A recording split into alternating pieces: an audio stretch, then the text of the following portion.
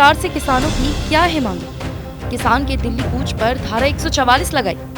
केंद्रीय मंत्रियों के साथ हुई बैठक बेनतीजा रही। लंबित मांगों को लेकर हजारों किसान एक बार फिर से दिल्ली कूच करने के लिए मजबूर हो रहे हैं। देर रात तक केंद्रीय मंत्रियों के साथ हुई बैठक बेनतीजा रही, जिसके बाद किसानों को दिल्ली के बॉर्डर पर पहुंचने के लिए कहा गया था। दिल्ली कूच के लिए ट्रैक्टर ट्रॉलियों में टेंट, राशन और अन्य सामान भरकर विभिन्न इलाकों से किसान निकल पड़े हैं। किसान के दिल्ली कूच को देखते हुए दिल्ली में धारा 144 लागू कर दी गई है। दरअसल देर रात तक केंद्रीय मंत्रियों के साथ हुई बैठक बेनतीजा रही, जिसके चलते आज मंगलवार को किसानों के प्रस्तावित दिल्ली चलो मार्च को देखते हुए देश की राजधानी दिल्ली में सुरक्षा व्यवस्था और ज्यादा कड़ी कर दी गई है। यहाँ ट्रैफिक पाबंदियां भी लागू कर दी गई हैं। वाहनों को शहर में एंट्री से रोकने के लिए दिल्ली की सीमाओं पर नुकीले अवरोधक लगाकर किलेबंदी कर दी गई है। किसानों के दिल्ली कूच को देखते हुए यूपी को दिल्ली से जोड़ने वाले गाजीपुर मुर्गा मंडी के रास्ते को बंद कर दिया गया है। यहाँ नेशनल हाईवे 9 की सर्विस लेन पर सीमेंट की 3 फुट मोटी पक्की दीवार खड़ी कर दी गई है। इस दीवार के दोनों तरफ सीमेंट के मोटे मोटे बैरिकेड्स लगाए गए हैं। इसके बाद लोहे की बैरिकेडिंग लगाई गई। फिर उससे थोड़ा आगे बीच रास्ते में दिल्ली पुलिस की 2 बसें खड़ी कर दी गई हैं।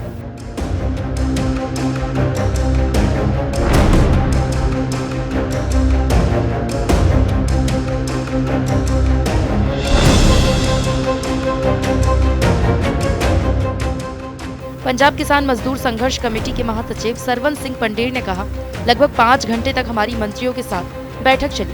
हमने उनके सामने एक एजेंडा रखा था, लेकिन केंद्र सरकार किसी भी बात पर कोई ठोस निर्णय नहीं ले सकी। केंद्र सरकार हमसे समय मांग रही है। उन्होंने हमसे 2 साल पहले भी समय मांगा था, जब किसान आंदोलन खत्म हुआ था। हाँ, देखिए, रात लगभग 5 घंटे के करीब हमारी मंत्री महोदय से मीटिंग चली है।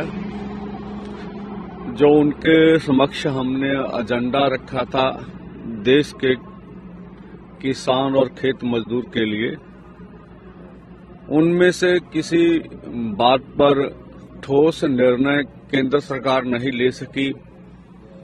जैसे एमएसपी खरीद की गारंटी का कानून बनाने का सवाल था, तो केंद्र हमसे सिर्फ आंदोलन आगे बढ़ाने के लिए, टालने के लिए समय मांग रहा है। सरवन सिंह पंडेर ने कहा कि अगर कोई ठोस प्रस्ताव होता तो हम समय देने के बारे में सोचते, लेकिन उनके पास कुछ भी नहीं है। हमने उनसे कहा कि सरकार ऐलान कर दे कि वे एमएसपी खरीद की गारंटी का कानून बनाएंगे, लेकिन इस पर भी सहमति नहीं बनी। ज्ञात होगा कि पिछले 2 साल हो गए हैं जब से दिल्ली आंदोलन पहला खत्म हुआ, तब से उन्होंने चिट्ठी लिखकर हमसे समय मांगा था।